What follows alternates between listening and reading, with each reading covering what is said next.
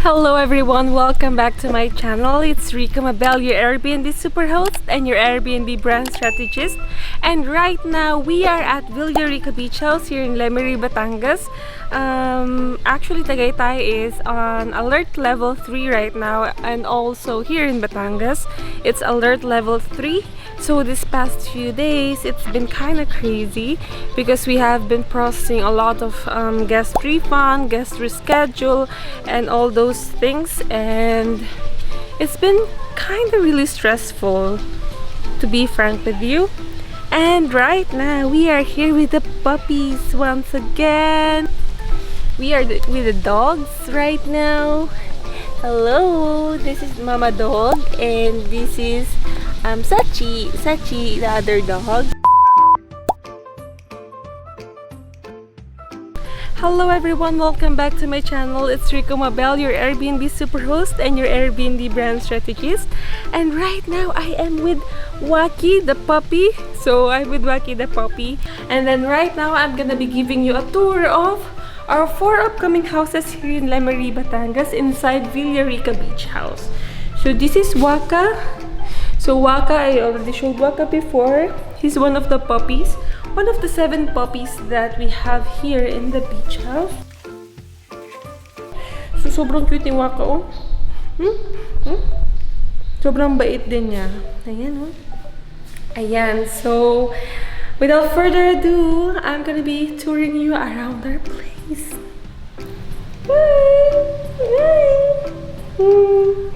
Ang bango. Okay, so we have 4 houses. So this is the first house, second house, third house, and fourth house. And here is what it looks like. So we already have this lattice thing going on here. And ito yung itsura ng floors. And ayan. And then, meron na din tayong windows over here. And ayan, okay na din yung kitchen area. So right now, mom and dad are measuring yung mga things inside para ma-prepare na din namin pagbibili ng windows. So ito na yung bathrooms. Okay, ito na yung bathrooms. May ilaw na din sa taas. Yes.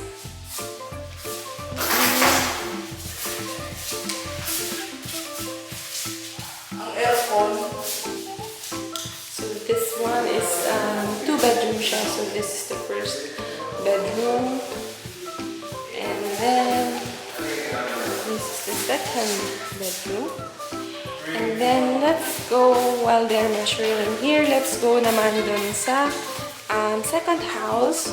So we are planning to put yung an outdoor seating over here so that guests can chill, can like super chill dyan. And then here is the second house. So ayan, ito naman 1 bedroom lang siya. So medyo echoey pa yung place. So ayan, natapos na din yung sa lababo, yung pinakalababo, okay na din siya. And then the bathroom. Uy, wala pa yung bawal. Yeah. Wala pa din yung bintana. Ito pa lang yata yung nakabit ngayon. So yeah, ito naman yung 1 bedroom. So this is for families. Excuse the echo. Yeah, so this is for families. Ayan. So malaki siya ng space. So marami talaga yung makaka-fit dito. And super little siya for 1 big family. Ayan. I think the furnitures are also gonna get delivered today. And then let's go to the second.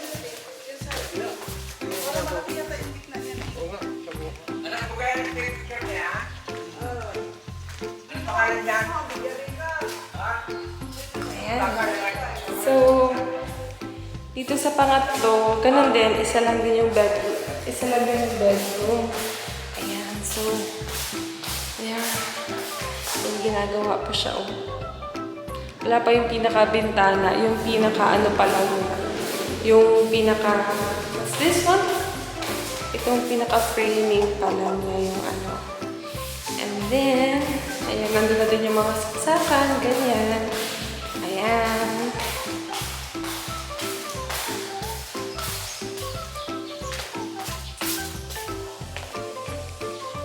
then ito yung last unit. This is actually the biggest unit that we have. So if you're gonna book, make sure na dito kayo sa 4th kasi ito yung pinakamalaki sa lahat. Sa pinakamalaking floor area. So here's what it looks like. Ayan, ito ay 2 bedrooms din siya.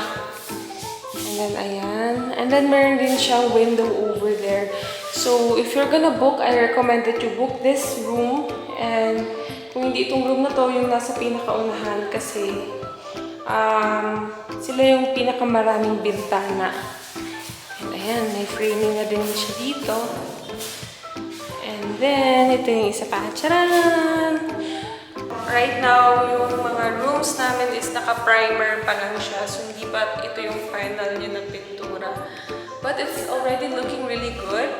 And yeah, I hope you enjoyed the tour. And I hope by the end of the month, I can also release another content that will show kung ano na yung progress. This upcoming 4 new houses will be named Kampuput 1, 2, 3, 4.